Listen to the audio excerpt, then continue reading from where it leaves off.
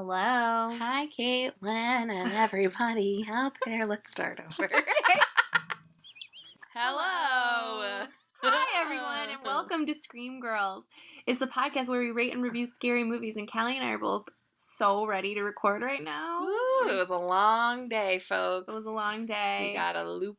It's raining harder than I ever saw it rain. Did you Not go outside? Anymore. No, I didn't go outside. I didn't go outside one time today except to get here. Yeah, I know. I don't step a foot outside when it's bright sunshine calling to me. No, but I did see some stuff on my way in on the train. I saw a young boy throwing up into a bag, luckily, that his father was holding for him. Ew. Where do you think they were going? I don't know. Well, it was him and two women, and then one other little boy that looked just like him, and then a man. What? So I feel like it was a mom and dad and like an aunt, and then twin boys. Oh, okay.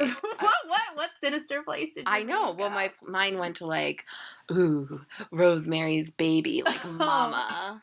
I don't know. I mean, I have no evidence. And like they're breeding twins, like the Matrix, and then. Just the fact of two women being present has sent you down. Well, you said two women and two men? No, just one man. And two women. Sister wives? And two, maybe. That's twins. Sorry, twins out there, but twins are always a little ominous, if you ask me. They were set apart because one of them was violently vomiting. I know. Well, maybe they're grooming the other one to take his place. I'm sorry. I don't know what's happening. Well, they got off at Union Square, and I was like, what's at Union Square that you're taking your vomiting child to? Maybe they just got off because they were like, we can't have him throwing up on the subway. Question. What? Did the bag look like a pre-planned bag? No, it looked like a bag that they had bought something in. It was like a plastic grocery bag that they had. Here's the thing, though, and I'm thanking the Lord above. This didn't turn out differently because there was a seat. It was like, you know how there's L-shaped seats on the subway, like perpendicular to one another? So the sick little boy, who I didn't know at the time was sick, and his mom were sitting, and then there was a seat perpendicular to them right next to the little boy. Like, the little boy's knees would have touched me if I'd sat in it, and it was open. And I was like, do I want to push my way through this crowd and sit down in that open seat that is inexplicably empty? And then just as I thought, yeah, maybe I do, I saw the dad dart across he had been sitting like across the aisle from them, dart across with the bag, hold it up, and then the vomit spilled forth. Can you imagine what would have happened, Callie? It would have been a disaster. Yes. Ew. Were people gagging? Was it like in the Goonies? No, the little boy, to his credit, was being very discreet. He wasn't making a lot of noise. He was just it was sort of like that kid barf, the only kids barf where it just like pours forth. It wasn't like a lot of sounds. God, I know exactly what you mean. But one woman I saw like walked toward them and then saw what was happening. Like I saw it register on her face, and she immediately just turned around and went back the way she had come. That kid barf reminds me of what's her name in The Sixth Sense when she's just like, oh yeah, Misha Barton, and it just like comes out of her mouth, and she's like, bleh. My friend named her cat Misha Barton because of that scene. Because when she first got her, the cat would throw up all the time. Aw, her cat has Munchausen. Yeah, or I mean, is a victim of Munchausen. She would be the one perpetrating it. But yeah. Oh no. So that was my morning. How was yours? Did you see anything good today? My morning was fine. I saw Harry Potter on Broadway. How is it? It's wonderful. You really need to see it, Caitlin. I know, but I'm so cheap. But it's worth it. It's like 6 hours of entertainment. # keep the secrets. But it really does a nice job of forwarding the story. Really? In my humble opinion, as a like casual Harry Potter fan. I mean, I was a hardcore fan for many years. Yeah, but I know a lot of hardcore fans that love it. Okay. It's quite interesting. I'm gonna look into it. And it raises the bar for Broadway magic. Quote the New York Times. And it really does. Okay. It's onstage magic like I've never beholden in my life. Wow, that's saying something because you've seen a lot of plays. And I've seen a lot of magic shows. That's true. Oh my gosh. Callie, you're the perfect cross-section of people who can adequately judge the stagecraft. Me and my beloved Simon. Wow. We love magicians. Did he go? Yeah. He loved it. He loved it. That's awesome. I'm not going to get into Queer Eye today because we need to jump into this film. Oh, yeah. That we watched, but I do at some point want to talk about the gift that is Queer Eye. Oh, yeah. I only watched the first episode. Oh, Callie, watch all of it. I know. For some reason, your favorite is. I just can't commit to a new show right now. I know, but like, it's so non-committal. Though I did. It's just nothing. Even this. Okay, so I watched the first episode of Marvelous Mrs. Maisel, and then like a month and a half later, I just got around to the second episode. Wow. Yeah, I have a hard time. I'm not up for like a drama at the moment. It's a comedy. I know, but it's an hour-long comedy. Is it not? Don't know. Can't be sure.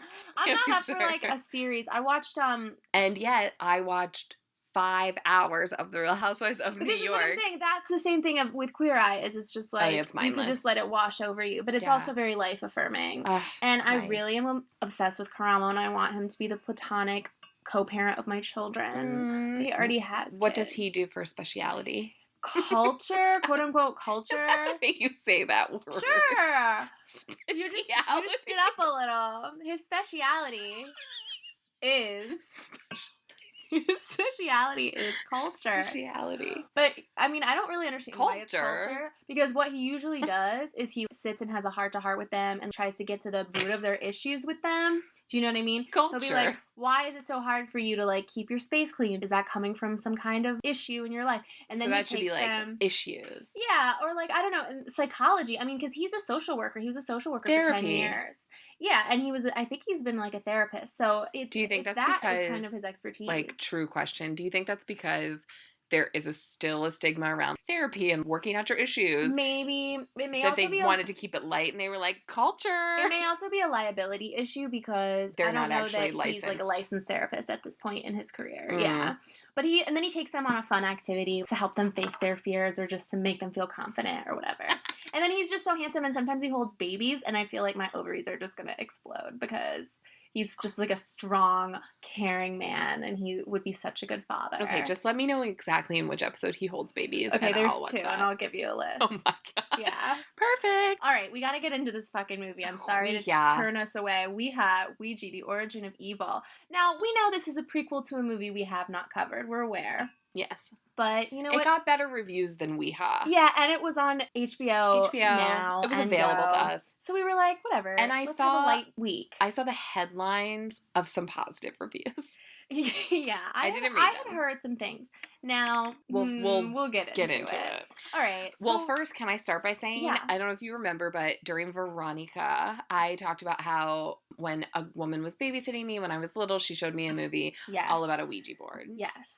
So, of course, this movie is all about a Ouija board, so I had to look up the movie that I watched when I was little. Yeah, of course. And you know how like you have a memory of something when you're younger and you're kind of like, is that a real memory? Like, what did I really watch? So like, does that movie really exist? So I was looking up like Ouija, and it's not called Ouija. And I was like, movies with Ouija boards. And I was like, what is this movie that I watched when I was 7 that traumatized me? It's called Witchboard. I found it. It's called Witchboard. It stars Tawny Katan. Is this a real person? Yes. She's like, she was like I'm going to get it wrong, but she was kind of like a modelly actress in the 80s. And she's like big red hair. And she looks like one of the women that would model on top of cars. And I found the scene where the woman gets chased up the stairs. Was it still scary to you? It was like shorter than I remembered, and her staircase looked different than I remembered, but she's literally screaming at an unseen thing going, not you, as it chases her up the stairs. Oh, that sounds really scary. It is scary, and she has kind of a Cyndi Lauper look. Ah! So, anyway, that's all. Cyndi Lauper. Okay. Witchboard. All right, we got to get into this fucking movie. We're clearly stalling to talk about this movie. Well, let me tell you, this movie was directed by the director and writer, I think he was the writer, or at least co-writer of that movie Hush. That we talked about the deaf woman. It's like the Wait Until Dark. Also Gerald's Game and Oculus, which I've not watched either of those. I watched Gerald's Game. Was it good? Was it good? No. All right. The 2 reviews for the price of 1, folks. The price is free. I think I gave it 2 stars. Simon gave it 3. Okay. Shared cast member. Who? Father Tom. Henry Thomas. I was into the father. Do you know that he's Elliot from E.T.? What? Are you kidding me? The priest is Elliot from E.T.? He got hot. I thought he was handsome. Okay, I think it may be because I watched Gerald's Game in which he's a pedo. Oh, yeah. Well, I wouldn't have been into that. Well, I was scared that was the way they were going to go with this priest in this pedo, movie. The way Ricky Gervais says pedo. It's okay. He's a pedophile. He's not a pedophile. He like molests his daughter. And that's how she ends up tied to a bed. I feel like that counts as a pedophile. Right? Oh, yeah. For sure. Well, I thought he was hot as the priest who wasn't a pedophile. Ironically, was playing a priest who was not a pedophile. You thought his head was hot? I'm I sorry. thought he was Please handsome. cut that out. Please cut that out. Why? I thought he was handsome. You're allowed to I not think he's agree. handsome too. You're allowed to not agree. But I can't believe that's Elliot. He's working. He's working. He's like fucking working. Good for him. I wonder if he went through in? his style. The fucking Gerald's game in this. But these are big parts. I bet we looked it up. Okay, let's look it up. He's working. He's working. What's his name? We don't know. Henry Thomas. No, but in real life. Henry Thomas. Is it really? Yes. Oh. I thought his name was Father. Is Father Tom. Henry Thomas. Oh, Father Tom. Oh, I think he's very handsome. He looks a little like Bill Hader, but Bill Hader's much handsomer. He was in Girl in the Bunker, a Lifetime original movie. That sounds like something also I want to playing watch. A pedo, I believe, based on a true story. Gerald's The Girl in the Game, Bunker. Better Things, Law and Order SVU, of course. He's been in a lot of things. He is Law and Order working. SVU, also playing a pedo. Probs. Okay, let's get into it. So this movie takes place in the 1960s, 1967, I think, and they have a very vintagey, it's almost like a Hitchcockian title card. Yeah. With the little border. And also I noticed, I don't know if you noticed it, that a cigarette burn would appear in the top corner. Yeah. All the time. But those were the only two vintage filmmaking call-outs. Nothing else about the movie feels like a movie from the 60s other than the wardrobe. Right. So just throwing that out there. Yeah. I was like, ooh. Oh.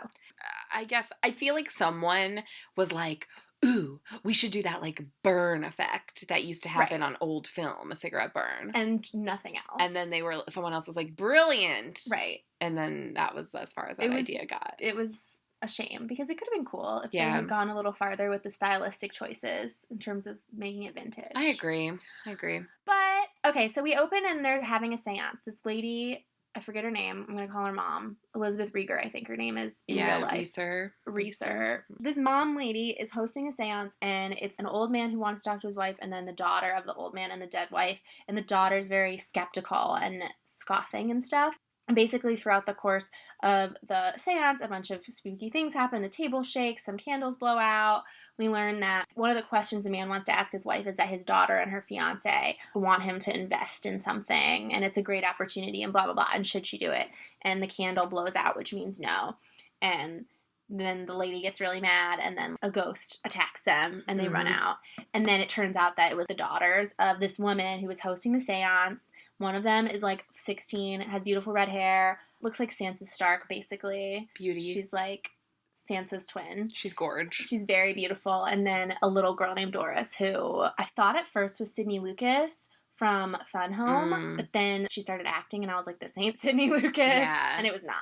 Her acting was not up to par. The acting on the little girl, because she got good reviews in this movie, but she did this thing where she was like, it was very forced. Yes.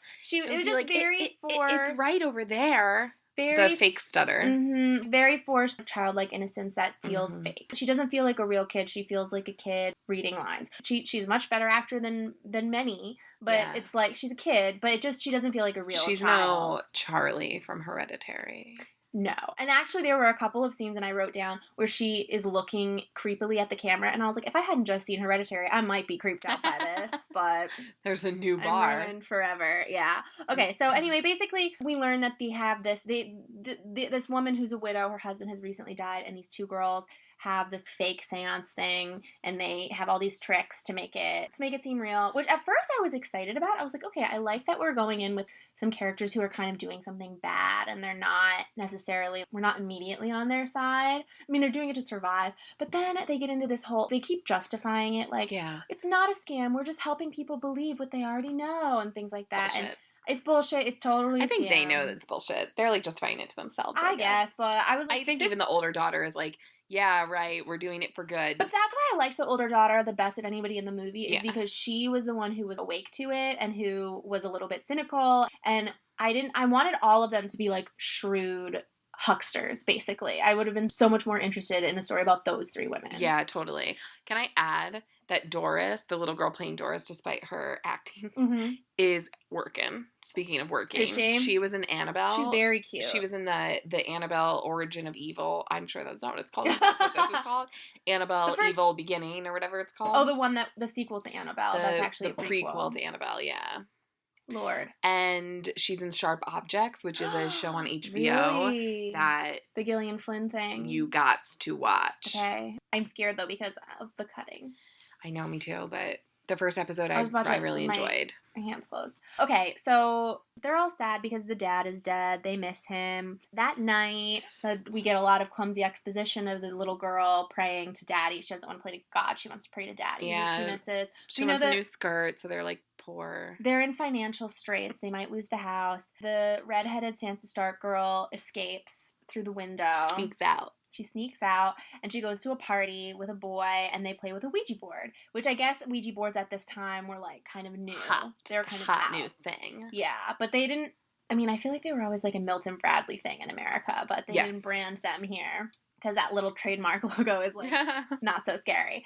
But basically they play Ouija and she's very shrewd and she's like, this is how this works. You know, she's trying to, like, de-spookify the thing. Yeah. But then they get interrupted. I actually thought this made me jump a little bit when they're all playing. Yeah, and she's like, mom. It's not real. Yeah, and then the mom opens the door and they all scream. And one of the girls screams for such a long, it was really funny. Long time. Yeah, it made me laugh. Betty is funny. Yeah. We also, during that scene, learned the rules, right? Never play alone, never play in a graveyard, always say goodbye, circle once for each player. That one doesn't really matter. Right. Yeah, never play alone is a big one because it's immediately never play broken. in a graveyard. But nobody ever goes to a graveyard, do they? Girl. Who? Girl at the end! Oh, because, oh my god, I did not get that. Okay, wow, I underestimated this movie. Sansa Stark, what's her name? She goes, we played in a graveyard. Oh my god, I didn't even get that. I thought it was like a dramatic, like, when we were children, we played in a graveyard. Oh, that's why. Okay, that actually makes me feel better about the movie because one of my big problems with it at the beginning was like, Why is this Milton Bradley fucking game so unleashing powerful. all this evil? Yeah. I don't understand. Is it just because they're already fucking with spirits? I mean, okay, yeah, so... It's because they played in a graveyard because their house and not to, like, jump so far around, but, like, there is a big element of, what a coincidence. Oh, that, like, a lot of spooky shit happened in their house, and now they're doing seances there. Like, I feel like the screenwriter could have done a better job of being like, our family has a long history of spookitude. The story... And therefore, we are seance people. Well, her mother was a fortune teller. True, but it doesn't connect at all to the...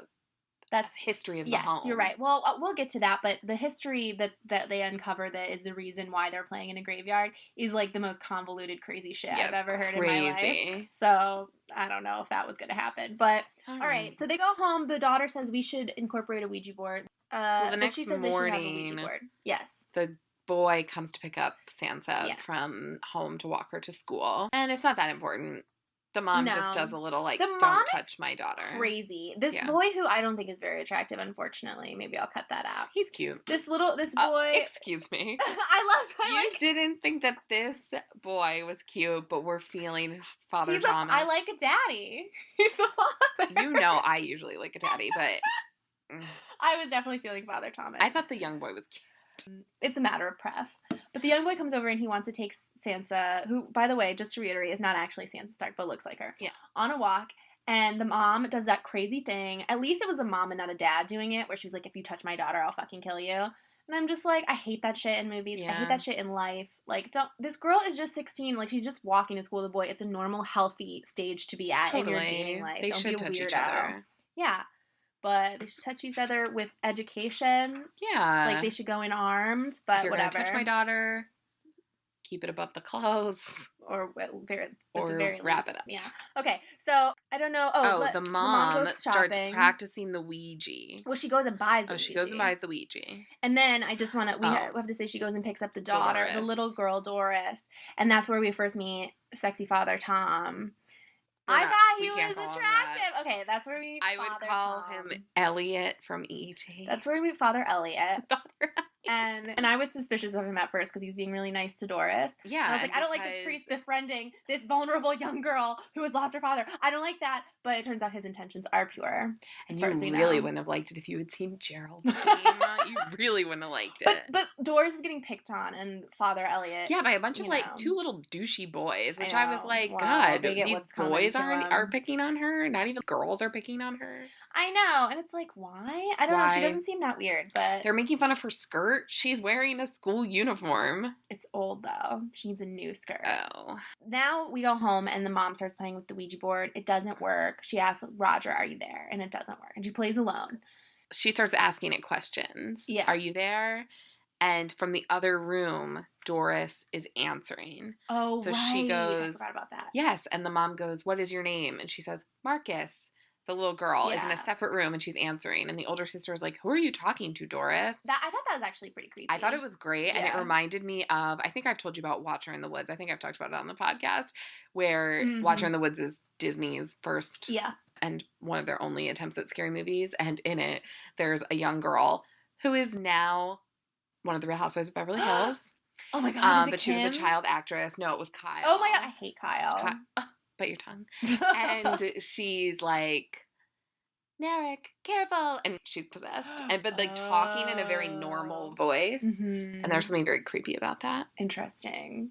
It's creepy. The editing work is good here. Like, they're having a conversation and Sansa's like, what the fuck? And the close-up on Doris's face. Yeah. But she basically, I don't know, is this where then she asks, Roger, are you there? And it just doesn't do anything. She's trying to get a hold of she her walks husband. away maybe. And then leaves. It goes to and no. And I thought that was effective too. It goes to no. And then we might be skipping a part, but I don't think it's important. And I think the little girl comes and she starts playing with it. And it spells out, hi, friend. Yes. And she takes up the planchette and looks through the lens of it because it has a lens for the letters. And I thought this was cool too. Her eye gets really big behind the planchette and she goes, who are you? And then hard cut to something else. Yeah. And I just thought then that was good. It's pulling the blankets. Does this happen now? Yeah, this happens next. This I thought was upsetting for a different reason. We see Sansa sleeping and her blankets slowly are being pulled off of her and she like in her sleep pulls them back. And then they slowly are pulled off and she in her sleep pulls them back. And then they're like ripped off of her. And she sits up and she's like, Doris, quit it. And Doris is not there. And what was scary was just this vulnerable, beautiful young girl. And she's got no pants on in this scene. Her legs are showing. You've just established that she's, blossoming into this lovely young lady. And it really freaked me out. I didn't like it. I thought it was a cool moment, though. I feel like I've seen it before. Yeah. Like, pulling the blankets. That exact same thing happens in The Conjuring, where she's like, Nancy, stop it. Yeah. Because she thinks her sister's pulling it. Conjuring, a much better executed possession movie. Yeah. And it was at this moment that I was like, okay, I really do appreciate The Babadook and Hereditary. And, this is what I call horror light. And there's this whole movement of these movies.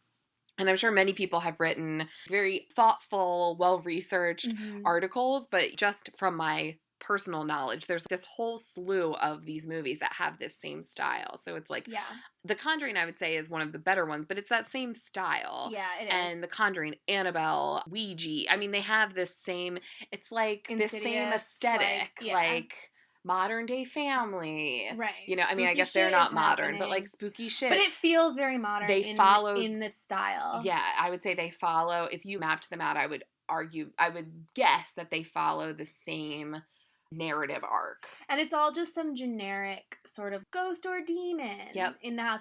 It reminds me of like a beach read of a horror movie. 100%. That's why I mean horror light. Yeah, absolutely. Like, it's like these... It's like a paperback. It's one of those things that washes over you. You don't have to think that much about it. It's not a complex story. It's always the same thing. Like you said, a demon of an ambiguous demon of some sort haunting a family. They get external help for their problem. Right. Literally, that is what happens. And it's not, because I will say, we talked about Veronica. Veronica is basically the same exact movie. There's like a lot of the same, even images in Veronica. And I thought Veronica was so much stylistically innovative and interesting. Yeah. Yeah. And darker. So, I don't know. These just feel light to me. I don't know what else to describe it. It's paperback horror, for sure. Yeah. Paperback horror. We can't afford that song, Callie. I'm just kidding. We don't think trademarked. I just made that up. I can't help if it sounds like a familiar tune. Oh, weird Cal yanking in here.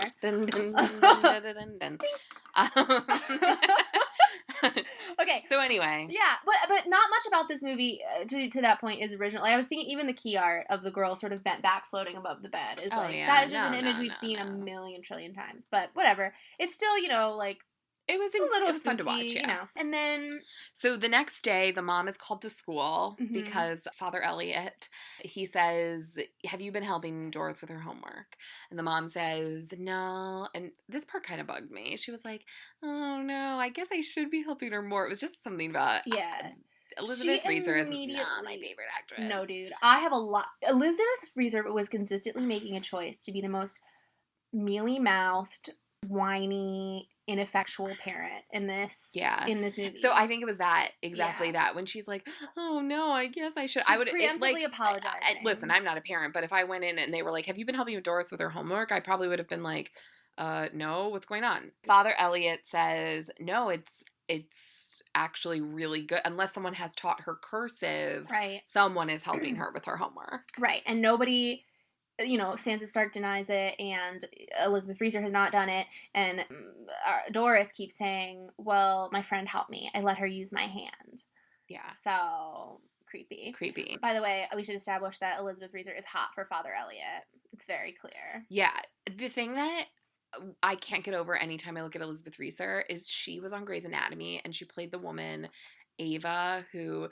was in a ferry accident that destroyed her face, and they had to rebuild her an entirely new face. And they built her Elizabeth Reeser's face? Mm-hmm. Lucky her. And I don't know. I just can't look at her as if that face is not built from scratch. I'm not familiar with her work outside of this movie. I did not appreciate most of the choices she was making. No, I've seen Twilight, the first one, I think. She's the mom.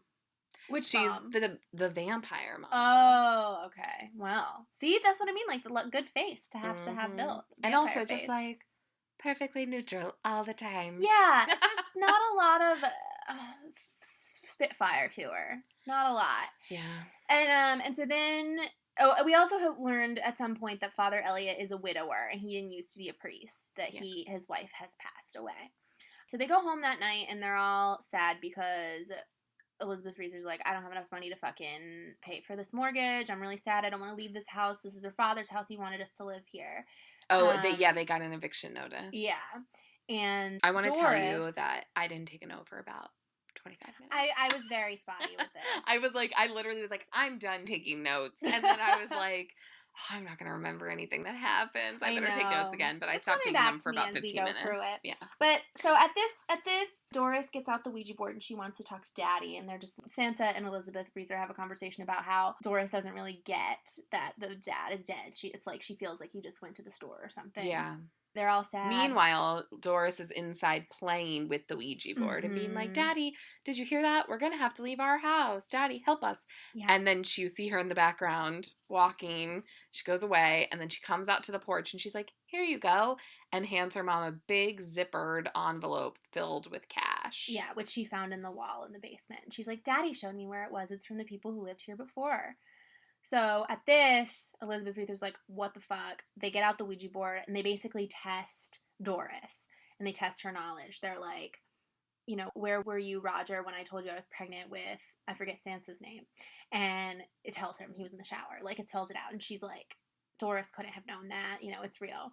And Lena, that's her name, Lena. Sansa's name is Lena. Lena is really upset. And I really thought this girl did a solid job in this movie. Yeah, I do too.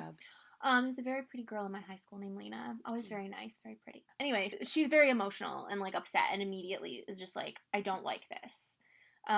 Which is the correct instinct to have. Yeah, and she says, stop it, Doris, you're being mean. Right. And Doris is like, it doesn't even need me, look. And the thing can, the planchette. Fancy word? Planchette? Can move the triangle. I only know because Doris called it that, yes. Can move on its own. Yes. So fast forward like a day or two. Santa is at school with this boy that she liked, and they're about to kiss, and then Father Elliot comes in and cock-blocks them, and he gives her some bullshit. He, like, takes her to his office, and he's like, boys, you have to watch out for boys because they have bad impulses. And I was like, can everybody get off this girl's dick? For fuck's sake. Like, she's 16. Let her have a dating life. Let her live. Let her have a little kiss. They had just decided to go to homecoming together. Like, it was the most innocent fucking conversation. But anyway, he's like, where's Doris? She hasn't been in school. She's sick. And she's like, no, she's working. We learn that Doris is holding seances with all these people, and, you know, there's a lady where she's like, can you ask my father if I make him proud? Very and Sixth she Sense. turns and looks at him, I know, but not as emotional. No. She turns and looks at her and says in a man's voice, always, you know. Always. This is so fucked up. Why are you literally using your 8-year-old, 7-year-old daughter to channel spirits? It's very not right. Elizabeth's like, I just want you to be able to talk to your father. But it's like, yeah, you're also making money off this shit. Fucked up shit. So this is happening. What happens next? I lost her neck track. starts hurting. Oh, yeah. She starts to have a stinging pain in her neck. And she wakes up in the middle of the night with it. And she goes downstairs to the Ouija board. And well, first she goes to her sister. She's yeah. like, my neck hurts, help. And her sister gives her some Advil or some shit and is like, go back to bed. And then she goes downstairs to the Ouija board and she's like, what's happening to my neck? Daddy, what's happening to my neck? And Daddy doesn't answer and her. then she goes to the mirror and looks through the planchette and sees a big old spirit on her back. Yeah. A demon. A demon. This is the only time which was we really very much like The Conjuring. Demon. Yeah, I didn't love this demon. It reminded me of the creature in the Fantasia. You know, like the devil, the big devil in Fantasia. It's like sweeping all the demons around. Reminded me of that. Had glowing eyes. So then doesn't she go like, and she like leans back. She bends backward, opens her mouth, and he goes into her mouth. And sometimes we see the actual demon going in her mouth, and sometimes we just her leaning back. It's very Veronica. Yeah. Although to be fair, this movie came out a year before Veronica. So I don't think they can have informed one another because they were probably in development at the same time. Right. But it's basically the same thing. So now she's got this fucking demon inside her. They want her to go to school the next morning and she's being real mean about it. She's like, I don't want to go to school. I want to stay here and talk to my friends. And Doris up to this point has been a very sweet, tempered girl. Docile. Yeah. Now, if this were a different movie, it's normal to act out when you realize your dad, like when you finally start to process your dad has died. You know what I mean? But in this movie, it's not that. It's that she has a demon in her mouth. So what happens? Oh, I know what happens next. The doll. No. Oh. This is good. She goes to school. The doll happens first. It does? Okay, talk to me about the doll. But I don't know how. I don't know. I think the older daughter, Sansa, has a doll. We've seen it in a scene before. It's sitting next to a photo of her and her father, in which she's holding the doll. So she takes the doll and she goes, Doris, did you do this? And the doll's mouth is sewn shut, or it has been drawn on to make it look like it's sewn shut. And she's like, Dad gave me this doll. You know he gave me this doll. And basically Doris just says, I didn't do it. She says Daddy did it to stop the voices. Yes, she says more than I didn't do it. But then Sansa basically has like a meltdown and she tells the mom, I don't like what's happening here. I don't think this is Dad. Listen to the things that the Ouija board tells you. I miss you. I'm proud of you. Just the most generic things. And she's like, but then how did he know the things that your father would know? How did it know the things your father would know? And she's like, I don't know. But Dad, whatever is happening is changing Doris. And why would Dad do anything to change Doris? And yes. And I was like, thank you, Sansa. Because why are you using your daughter? It is going to impact her in some way. Yeah. I mean, she's just too little to have all this shit going on. So, okay, the next day they're at school, and Doris is just creeping, standing there in the schoolyard just staring at nothing. The little boys decide to slingshot her. So one of the little boys pulls out a slingshot. He pulls back, a really cartoonish looking slingshot. He pulls back a rock to shoot her with. Slowly, his hands turn until the slingshot is facing his own face. And his friend's like, what are you doing? And he's like, I can't stop it, it's not me. And then he slingshots himself in the eye. I think in the eye. Nailed it. I didn't look. Which I thought was like, I mean, it's nothing super new, but any scene in a movie where somebody is compelled to harm themselves by a supernatural force is always really tough to watch. You know, it's always spooky. Like in The Happening by M. Night Shyamalan. Yes, Callie, exactly like in The Happening. Okay, The Happening is I was thinking about pure trash, but the moments where people kill themselves are amazing. 5 stars, intense. That's the rest of the movie is Mark Wahlberg garbage. Sorry, Mark Wahlberg. And Zooey Deschanel. Excuse me. Have you ever heard of a weirder couple than Mark Wahlberg and Zooey Deschanel? They're dating? They're like married. What is he, like 20 years older than her? They're married and he's a biologist. All right, well. So there's never been a less. I mean, seriously, so much less believable than the fact that the air would make you kill yourself. Spoiler alert: is that Mark Wahlberg if that was a biologist? The reality we were living in, Mark maybe the air would make us kill ourselves. Biologist dating Zooey Deschanel. So all right, well. But, I wrote, I'm into this priest. I don't know what he was doing at this time. Caitlin. I just looked at my notes and that's the mom goes on a date with him. The mom goes on it's a dinner with the priest. It's not really a date because he wants to talk to her about. I wrote him, why is the mom dating a priest? I know. Well, she's like all. You're barking up the wrong tree, baby. But she knows, she's learned that he once had a wife, so she's like, so there's hope. Yeah, I mean, priests can go away from being priests. Yeah, especially a priest who joined the priesthood when he was grieving. That might not stick. You know what I mean? That might not be the best circumstance under which to join the priesthood. Yeah. But he seems like he's an established priest. He's the principal of this school. My friend's father was a priest. Really? And is before no longer or a priest. After? Oh, before. And then he left the priesthood and got married and now has kids. Can you be a priest if you've already had a kid? Because you can give up like a wife, you know what I mean? Like if you don't have a wife anymore, but like you can't give up your child and be interesting. Listeners, what do you think? Yeah, neither of us. Were you Catholic growing up? No, ma'am. Me either. So somebody tell us. First Presbyterian. Me too. The frozen chosen. That's what people used to call them. Because they would just sit there. Why? Because I guess so they still? were just like, because we're not the hands up. It's not a super demonstrative crowd. Yeah, exactly. Although the church that I went to, which was not a good church, and I'm fine with saying it, when I was in high school, they took us to like youth groups where people were closing their eyes and waving their hands. Now is the time to worship. No shade on religion in general. That was not a good church. So, okay. But they go to dinner because the Father Elliot is worried about the shit that's been going on with Doris. Yeah. He's worried about, she's like, I just think that, spirits, I don't know much about the spirit world, but I know it's kind of dangerous to fuck with it. And he's like, I'm worried about this. And they both talk about their dead spouses. Let's talk about it over wine and cheese and weird. Kisses. And he's like, I thought these days were over for me, going on dates. It's gross. It is weird. Then, meanwhile, back at home, Doris is watching TV and Lena has her guy friend over. Yeah, and they have a little kissy. They have a little kissy in her room. Meanwhile, Doris is like possessed watching the TV. Yeah. And can I just say, I thought the little conversation they're having. Oh, by the way, the boy, because his father's an architect, he says at one point, this house has good bones. That'll come back later. Yeah. But I thought the little scene before they kiss is so sweet, and it was accurate to me, the nervous energy of like. Oh, I thought it was so sweet. When you're like on a date, especially when you're that young, you're on a date with somebody and you're like, when are we going to kiss? Are we going to touch each other? I don't know.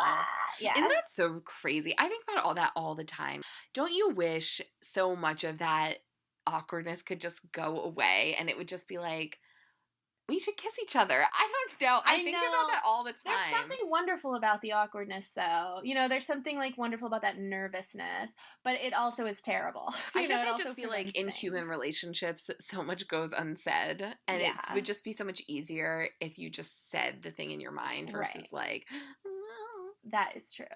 That is true.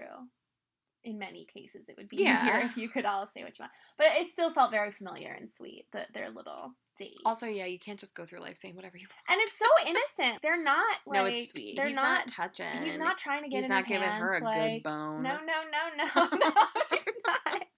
She's also gorgeous. Yeah. I know I say that every single fucking episode about the lead lady, but she's beautiful. Yeah, she's beautiful in a very... I don't want to say untraditional way. She's very classically beautiful, actually. Yeah. But it's more like she looks like a beautiful young girl. Yeah. She doesn't look like a super dolled up movie star. Yeah, she's beautiful and she's smart, but what she's not?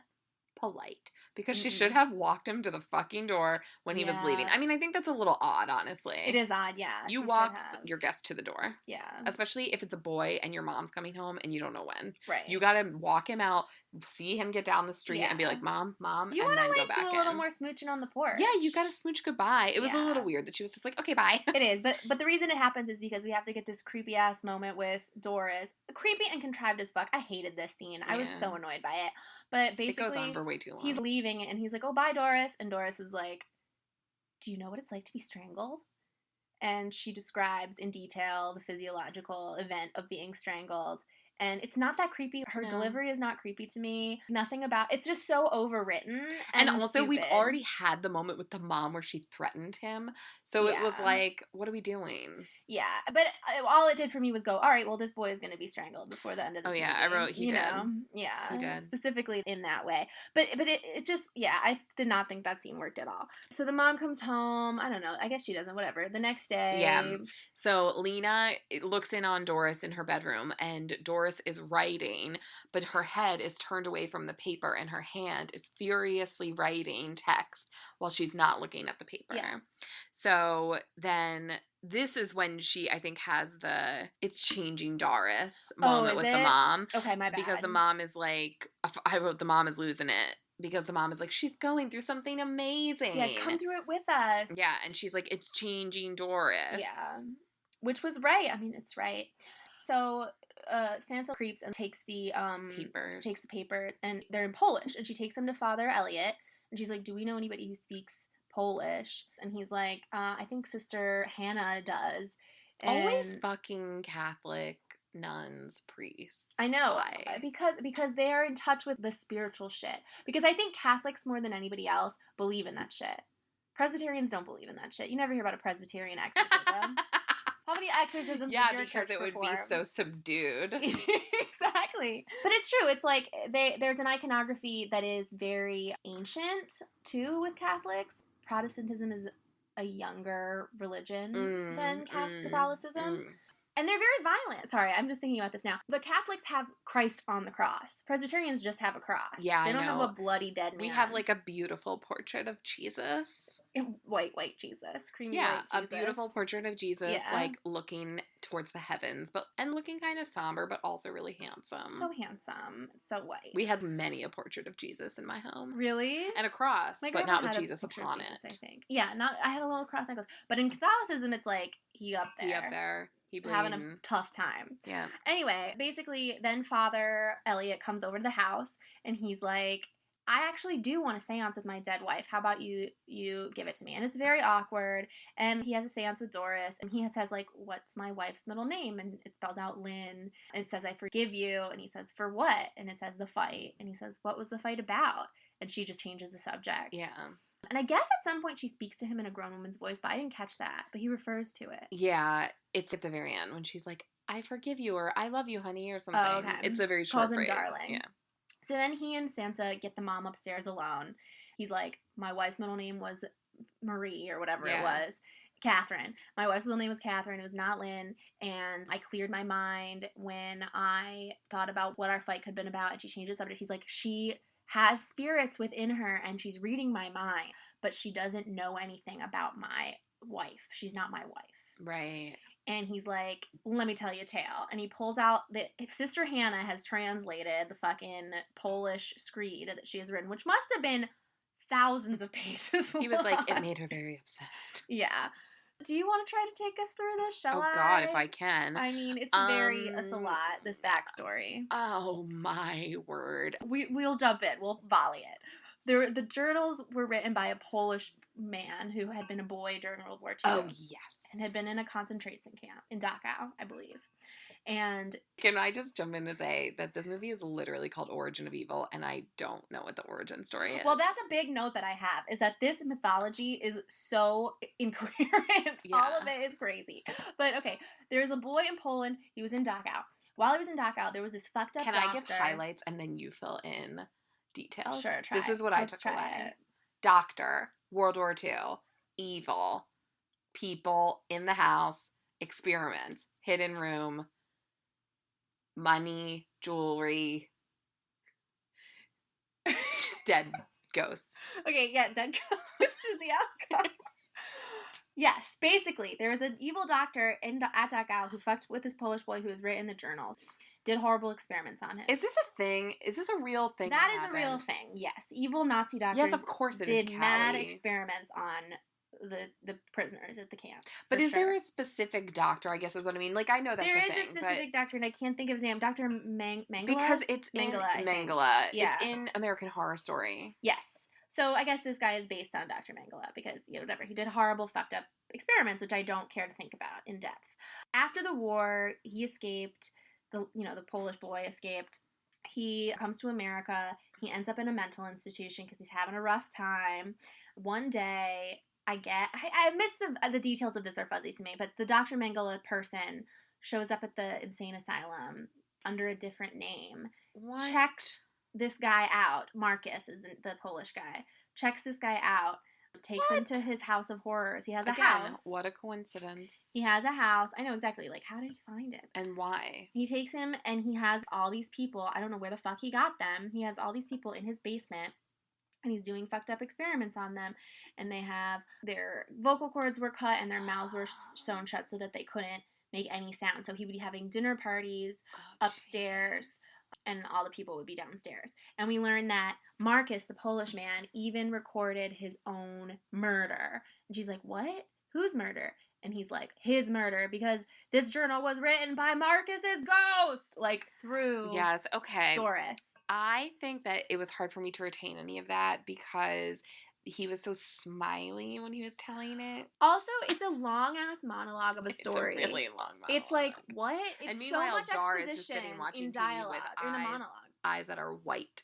Yes. Oh, yes. And her mouth is open really scarily. Yeah. While this is all happening, this is intercut with the story, which I wish we had seen literal flashbacks of the story. That would have been very expensive to shoot, I'm certain. But, like, because it was just so hard to follow him just telling us this fucking tale. It's a lot. And yet you did beautifully. I was trying to piece it together because I was trying to understand the mythos of the origin of evil. I feel like that's pretty true to us. Like, you're like encyclopedia and I'm Cliff's Notes. Don't you think? Well, I'll go with Wikipedia for me, but sure. All right. While this is all happening, the boyfriend has come over to hang out with Sansa, and he's freaked out by Doris, as he would be after that strangling monologue. But she takes him downstairs to the basement. She's and the like, second she's like, something cool. And she's first like, Lena's not here. She'll be back. Yeah. And if I were him, I would have been like, no, thank you, strangle story. I'll wait on the porch. Yeah, see ya. But he goes downstairs with her because she wants to show him, like, where the money was found, which is, like, a cool thing. I would want to see it, too. But I still wouldn't follow this little girl. So he takes her downstairs, and he's like... I guess she is just a little girl. Yeah, it's true. But he's got bad vibes from her. He doesn't know what we know. He doesn't. Like, he probably thinks, like, I could take this bitch. That's true. That's very true. Like, if she attacked him, it would be like... She has demon strength within her. She takes him downstairs. Of 1,000 demons. of Polish Holocaust survivor. That's the thing. Why is Marcus, the Polish Holocaust survivor, the villain of this film? I don't think he is. He's an evil monster. Yes, he is. What do you mean? I think it's the ghost of the doctor. No, it's not. Because when she's asking at the beginning, when the girl is being possessed by the ghost and answering questions, she says, my name is Marcus.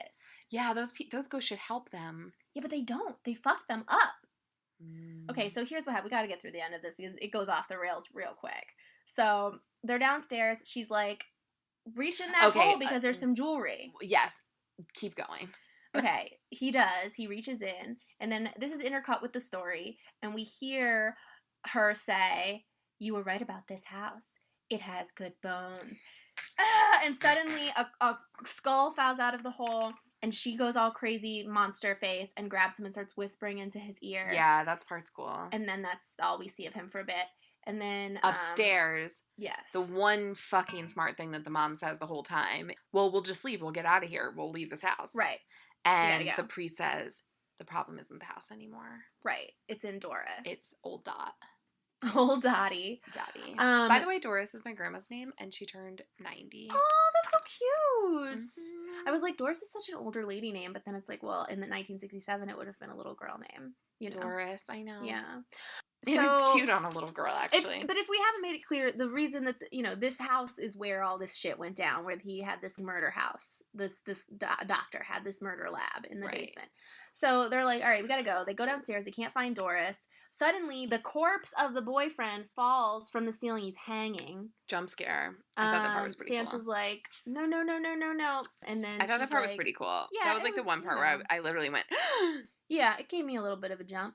And then something happens where the mom is like, you're not Lena, coming with us. You stay here or whatever. Yeah. And she says, no, I'm going with you. This is my house. And Doris is my sister. Besides, splitting up sounds like just about the stupidest idea in the world. And I was like, I was just like, why are we so meta all of a sudden? Yeah. Like, what? Pick a lane, movie. Pick a lane.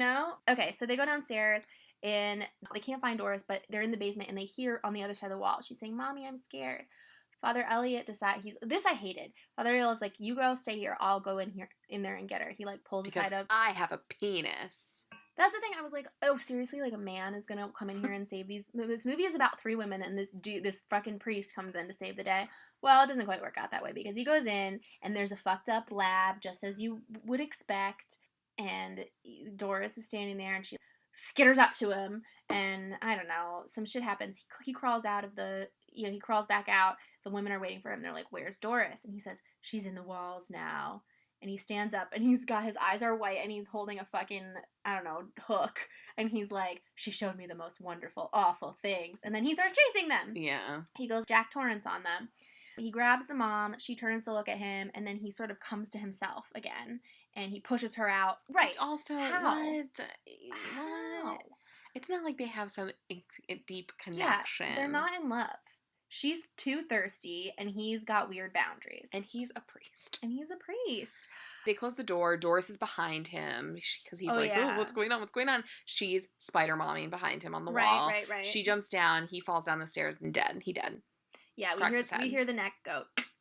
Oh, God, that sound. Then, I don't know, the mom and the daughter are, like, hanging out. I felt at this moment that their energy was much too low for having just seen dead bodies. Here was my big moment with Elizabeth Reeser when I was like, fuck this performance. Which was, so basically Doris comes upstairs, she's thrown them all around, she grabs hold of Lena and she's like whispering in Lena's ear, and the mom is like, take me. Don't. Take me instead. But it's not like we just watched The Babadook where she's like, if you touch my son, no, she's like out of 3. She's just like, please don't do this. Just take me instead. You don't need to do that. Like, she's so whiny. She's, like, begging it in a way where it's like, please take my shift. Like, I really want to go to the beach this weekend. Like, that is her level of energy. It's so fucking stupid. Oh, my God. I've been more upset about, when my Time Warner cable goes out and I can't watch Bravo. You should hear the things that come out of my mouth. I'm immediately at an 11 when I have to deal with a customer service representative over a cable bill, for sure. Meanwhile, she's like, yeah, please don't steal my daughter's soul. Anyway, then what's her name? Doris is like, well, I'll take both of you. Sansa's like unconscious. Elizabeth Reeser, in her bed. Well, she's not really in her bed because I don't know. Okay, here's what happens. She has, like, a vision of her father picking her up and carrying her to bed. Yes. She sits up in bed, and suddenly we're in the scene again where we hear the explanation for why Doris drew lines on the doll's mouth, where she says, Daddy did it to stop the voices. So suddenly, this is an epiphany for Sansa. So Elizabeth Reeser wakes up. She's strapped to the table in the dungeon lab. Doris is there, gonna fuck her up with this hook. She's like, I just wanted you to talk to your dad again. It's just like, I don't care about any of this at this point. Nope. Sansa comes up, smacks Doris away with a chair. I was like, that's still your sister. That's still her body. But she smacks her, and then she's like, I'm sorry, Doris. It's the only way. She picks up, like, a rusty-ass, what's it called? Like a suture? Like a hooked needle that you would, like, suture people with. Yeah. And she... in the craziest bullshit scene I've ever seen, she's holding Doris down. The demon is pulling at her, and she's like, rapidly we see her lifting up her hand and like putting it down. She's sewing her mouth shut, which is a precision operation. It's not something you do at high speed with demons. I just wrote, this part is insane, and that's not how sewing works. She doesn't like put it through and then pick it from the other side. She just goes, no. Yes. As if she's using a hammer. Yes, and she also doesn't tie a knot on the end. Where did she get the thread? I don't understand what is happening. None of it. But it's like, why is this fucking demon? It's throwing people across the room. It's not able to stop her from doing this. Yeah, and it's not able to go inside of her and be like, it just went into the priest. It does go inside of her. Oh, you're right. Because after this, we see that Doris has died. Her father comes and takes her away. And the mom's like, the mom's really sad. And I was like, what the fuck? Doris is dead? I was actually surprised. And Sansa's like, I'm sorry I had to do it. And suddenly her eyes go white and she stabs her mom in the stomach. Then they clear up again and she's like, oh my God, I'm so sorry. I didn't mean to, Mom. And her mom's like, it wasn't you. What is happening? Very There's Veronica. no rules. It wasn't you. Yeah, I guess. But there are no rules to this universe. It's Nope. like, why is this happening? Why is this allowed to happen and that others not? And Because she's it's crying. horror light. I guess. Lite. We don't care. Paperback horror. She's crying. Crying. Good crying from Sansa. Lena. Yeah, from Lena Sansa. She suddenly, we realize she's in a doctor's office. She's in like a hospital gown. She's in a loony bin. She's in the... Is that an inappropriate term? We should probably call it an institution. Okay, but we might have to cut this, but doesn't loony bin feel appropriate for the time? For the time, and also for the way that this movie treats anything. This movie is a loony bin. So she's like talking about, the doctor who is interviewing her. He's like, we still haven't found your sister's body. Where's your sister? You killed your mother and you won't even talk to me about that. And she's sort of just like vacant and like, not sure where she is. So I'm like, oh, is this a movie? Is this whole thing been in Lena's head? Like, what's happening here? Yeah. Then we see Lena being wheeled to her room. And I wrote, is this movie not over yet? Nope. Why is this still ongoing?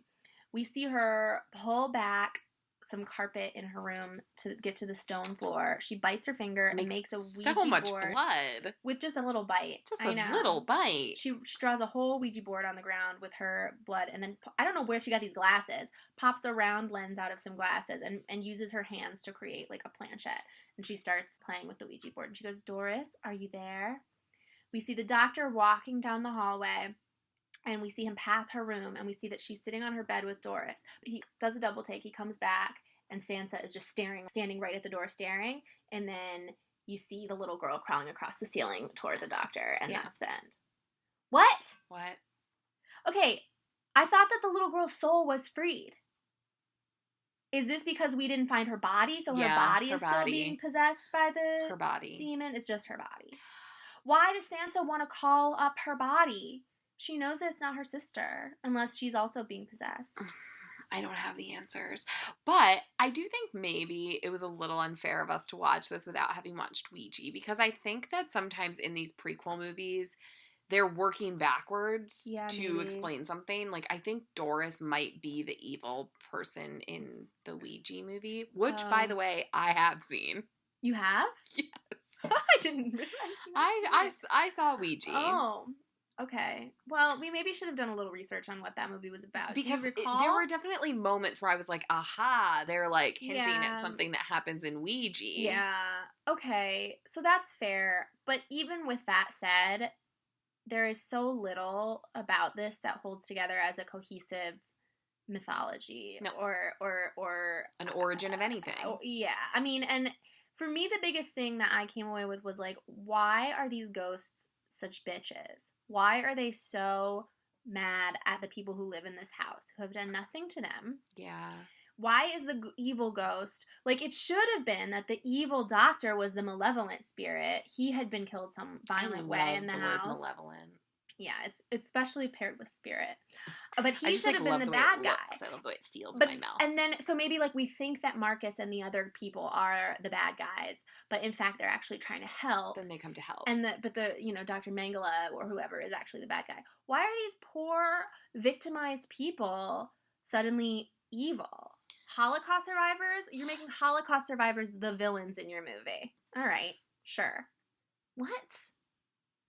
It just doesn't make a goddamn lick of sense. So, on that note, I'm empty. Do you want to rate it? Yes. 2. Yeah. 2 for a film because, whatever. It wasn't like... I didn't dislike it. That's not fair. If we're going by, like, Netflix, which, like, 1 is hated it, 2 is disliked it, 3 is ambivalent, 4 is liked it, I would say I'm 3. Okay. I didn't dislike it. I didn't really like it. Yeah. It was fine. It was not the best of these movies that I have seen. No. Like, I really enjoyed... I mean, I love The Conjuring. Yeah. I liked The Conjuring 2. I thought the movie Annabelle, was really scary, actually. And I watched it in my living room. And I thought it was really scary. But anyway, I give this 2. In terms of scares, I mean, good Lord. I give it 1. Really? I mean, I wasn't scared at all. Maybe 2. But would you recommend that a non-horror movie fan would watch this? Absolutely not. I think they would probably think it's a 5. But I think 2. 2 and 2. Okay. I'm also going to give it a 2. I toyed with giving it a 1 because I just really couldn't get past, like, how much it falls apart. Yeah. By the end, I just thought it was so lazy. Yeah. And it's so, again, we've seen so much of it before. But I did kind of appreciate and I wanted them to explore more this angle of the ghost is like a shyster. The ghost is like a huckster. The ghost is conning you just like you con that people. Makes me think of Beetlejuice. Well, and no, but Beetlejuice is like a different animal. But I'm saying as somebody who's very skeptical of supernatural shit and psychic shit, I am always interested in stories that unpack how we manipulate our minds and other people's minds. Well, how cool would it have been if there was a scene where then they were doing the seance and it was actually happening? Right. And so, like, they didn't have to do all their little tricks because, like, the thing, like, there was just a lot of missed opportunities in this movie, I feel. Yeah. And I feel like, you know, I actually feel like a 1 wouldn't be a bad rating because it's just wholly unremarkable. It's very unremarkable. There were a few little scenes and shots and things that I did like her eye getting big in the... I wasn't, like, angry to be watching the movie. No. I wasn't, like, pissed. I was just sort of like, well, that was lazy. I thought it was a lazy movie. Yeah, like, have you ever finished a beach read and been like, I'm angry that I read that? Yeah. So no, you're just like, I finished it. Yeah. I wasn't, like, offended by it or anything. Yeah, but you, like, kind of instantly forget what happened. This is not the Gone Girl of horror beach reads. You know what I mean? Like, there are really fun, well-told stories that are beach reads, and then there is this. There's, like, Nicholas Sparks or whatever. Yeah. And then for scariness, I will give it a 3. I didn't find it super scary at all, but I think that it is, just in terms of a spiciness scale, I wouldn't give this to somebody who, like, wasn't acclimated to horror movies. Interesting. I could see I'm trying to, like, come at this because I feel like we're a little bit desensitized, so I try to come at it with an eye to how other people would feel. So if you don't like scary movies, you probably will be somewhat scared by this, but it's not going to traumatize you forever, you know? Agree. Yeah. So, I know, but I feel like I just have to rate how scary I felt it was. That's fair, too.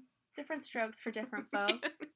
Meaning our scales are... I mean, if it's based on how scary I thought it was like a 1. Maybe a 1.5 because there were a couple jump scares, but this is all shit I've seen before. Yeah. But for somebody who isn't used to it, then it's a 3. Yeah. Okay.